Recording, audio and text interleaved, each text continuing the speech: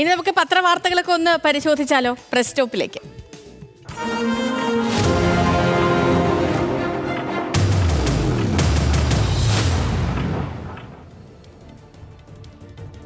ഓരോ പത്രവാർത്തകളും അവലോകനം ചെയ്യാൻ നമ്മുടെ ശ്രീജിത്ത് ബാലകൃഷ്ണൻ റെഡിയാണ്.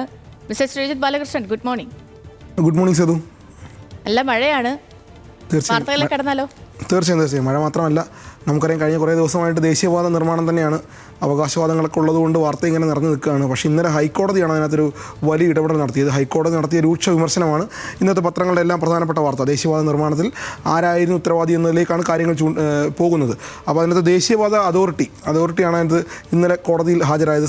സംസ്ഥാന സർക്കാരോ കേന്ദ്ര സർക്കാരോ ഒന്നുമല്ല, ദേശീയപാത അതോറിറ്റി തന്നെയാണ് ഇതിലെ ഉത്തരവാദി എന്ന രൂപത്തിലേക്കാണ് കാര്യങ്ങൾ പോകുന്നത്. അതോറിറ്റിയുടെ കുറ്റസമ്മതം, ഹൈക്കോടതിയിൽ പോയി അവർ കുറ്റസമ്മതം നടത്തി കഴിഞ്ഞു. അതാണ് പ്രധാനപ്പെട്ട വാർത്ത, അതാണ് അതിൻ്റെ ഹൈലൈറ്റ്, അതിലേക്കാണ് പോകുന്നത്. വീഴ്ച പറ്റി, ഞാൻ ആദ്യം മാതൃഭൂമിയിലേക്ക് പോകാം. വീഴ്ച പറ്റി എന്നുള്ളതാണ് മാതൃഭൂമിയുടെ ഒന്നാം പേജിലെ പ്രധാനപ്പെട്ട വാർത്ത. ഏതാണ്ട് എല്ലാ പത്രങ്ങളുടെയും, ദേശാഭിമാനിയും വീക്ഷണം ഒഴികെയുള്ള എല്ലാ പത്രങ്ങളുടെയും ഒന്നാമത്തെ വാർത്ത, പ്രധാനപ്പെട്ട വാർത്തകളിലൊന്നും ഈ ദേശീയപാതയുടെ അതിലെ തകർച്ചയും ദേശീയപാത അതോറിറ്റിയുടെ ഹൈക്കോടതി നടത്തിയ കുറ്റസമ്മതവുമാണ്.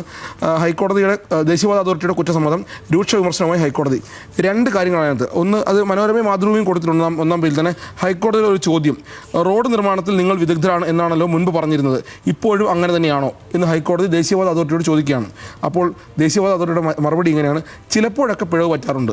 ഇത് മനോരമയും മാതൃഭൂമിയും ഒന്നാം പേജിൽ പോയിന്റ് ഇട്ട് കൊടുത്തിട്ടുണ്ട്. അത് ഒരുപക്ഷേ അതെല്ലാവരും അറിഞ്ഞിരിക്കേണ്ട കാര്യമാണ്. ദേശീയപാത അതോറിറ്റിയാണ് ഇക്കാര്യത്തിൽ, ദേശീയപാത അതോറിറ്റിയാണല്ലോ കേരളത്തിൽ അല്ലെങ്കിൽ രാജ്യത്തെമ്പാടും റോഡുകൾ ഉണ്ടാക്കുന്നത്, അല്ലെങ്കിൽ വലിയ റോഡുകൾ ഉണ്ടാക്കുന്നത്, ദേശീയപാതകൾ ഉണ്ടാക്കുന്നത്.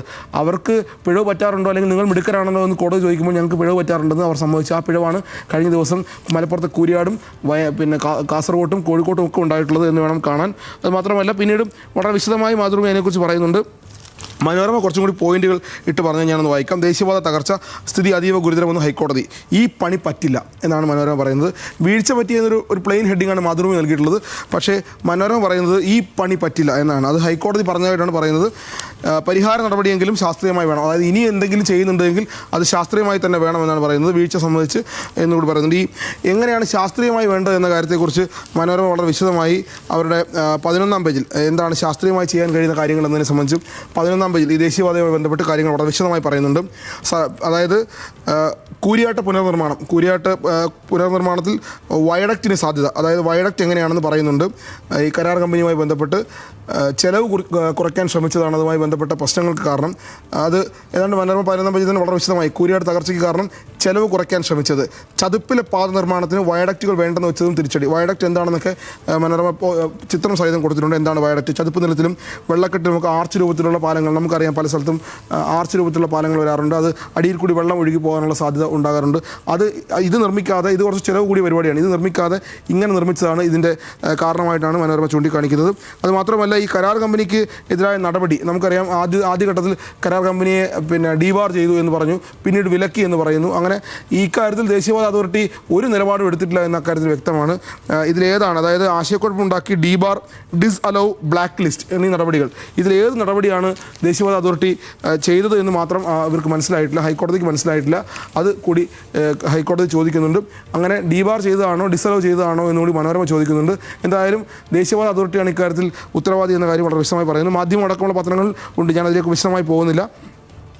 അത് അടുത്തൊരു ഘട്ടത്തിലേക്ക് പോയാൽ നമുക്കറിയാം, ഈ വന്യമൃഗങ്ങൾ നാട്ടിലിറങ്ങുന്നത് വലിയ ഒരു ബുദ്ധിമുട്ടായി, നാട്ടിലെ വലിയ പ്രശ്നമായി മാറുന്നൊരു അന്തരീക്ഷമാണ്. ഇന്നലെ പുലിയും ആനയും കടുവയും ഒക്കെ ആയിട്ട് കഴിഞ്ഞ 2-3 മാസമായിട്ട് കേരളം ഇങ്ങനെ അതിനകത്ത് നിൽക്കുകയാണ്. സാധാരണഗതിയിൽ വേനൽക്കാലത്താണെങ്കിൽ പോലും ഇപ്പോൾ മഴക്കാലത്ത് പോലും വന്യമൃഗങ്ങൾ ഇന്നലെ ഒരുപക്ഷെ 2-3 ജില്ലകളിൽ, പാലക്കാട്, വയനാട് ജില്ലകളിലൊക്കെ പുലിയെ പിടിക്കാൻ കൂട് സ്ഥാപിച്ചിട്ടുണ്ട്. അതിലേക്ക് പോകുന്നതിന് മുമ്പ് അക്കാര്യത്തിൽ സർക്കാരിന് ഒന്നും ചെയ്യാൻ കഴിയുന്നതിനുള്ള വിമർശനം വളരെ വലുതാണ്. അപ്പോൾ സർക്കാർ ഒരു മാർഗം നേടുന്നുണ്ട്.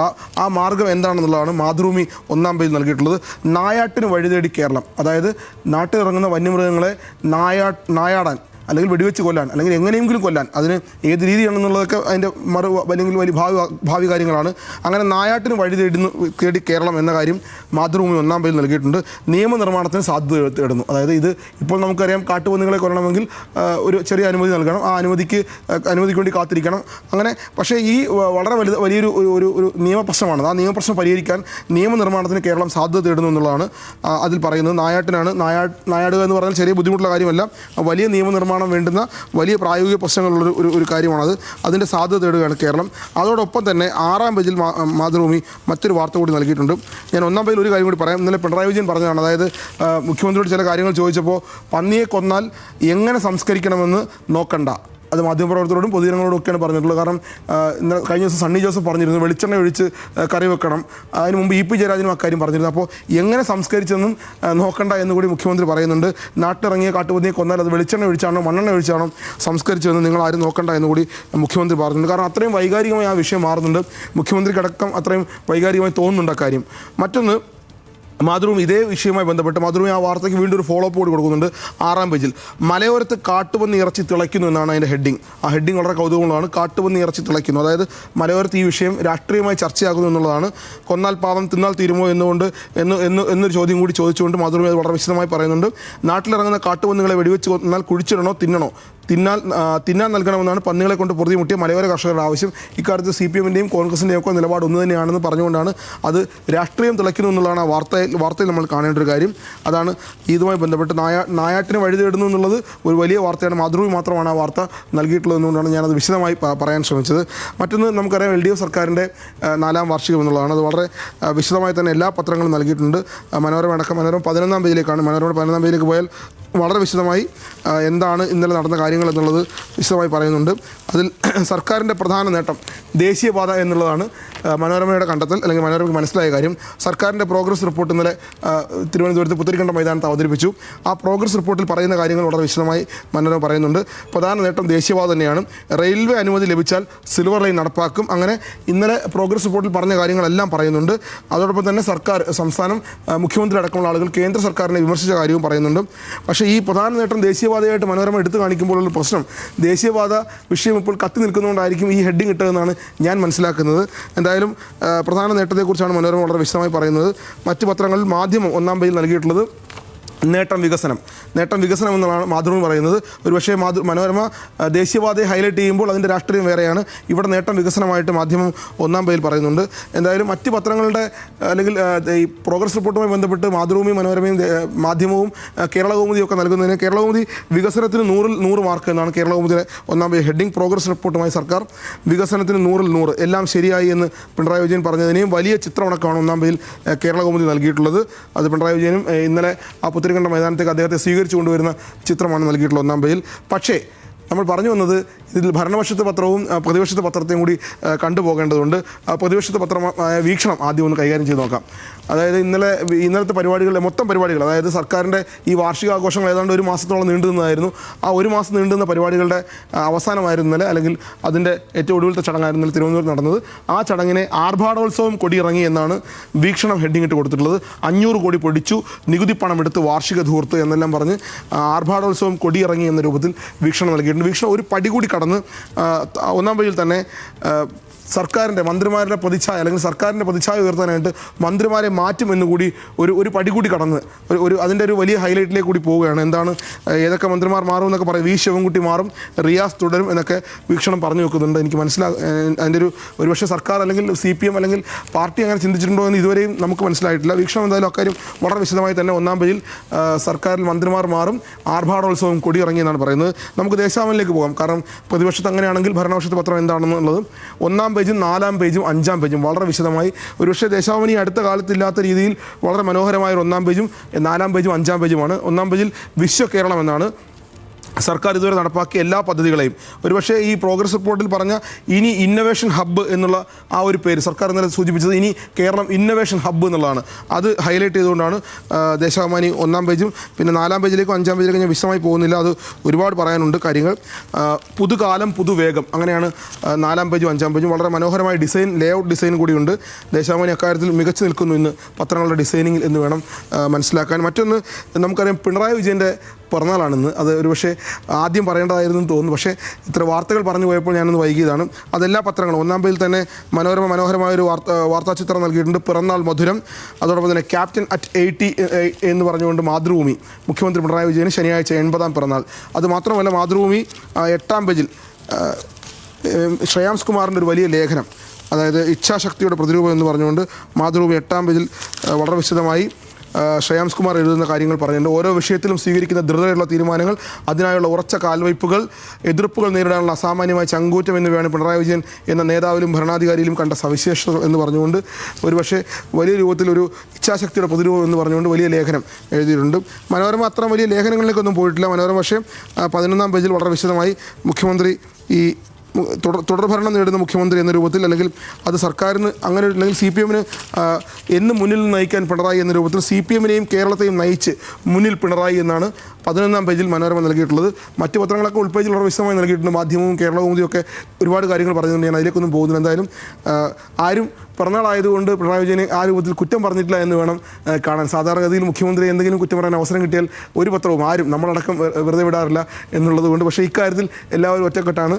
പിണറായിയുടെ ഇച്ഛാശക്തിയാണ് പറയുന്നത്. ഇനി മാതൃഭൂമിയിൽ മറ്റ് പത്രങ്ങളില്ലാത്ത, അതായത് ഈ നായാട്ടിന് വഴിതേടി കേരളം എന്നുള്ളതല്ലാതെ തന്നെ മാതൃഭൂമി 6-ാം പേജിൽ മറ്റൊരു വാർത്ത കൂടി നൽകിയിട്ടുണ്ട്. അതും മറ്റാർക്കും നൽകാൻ കഴിഞ്ഞിട്ടില്ല.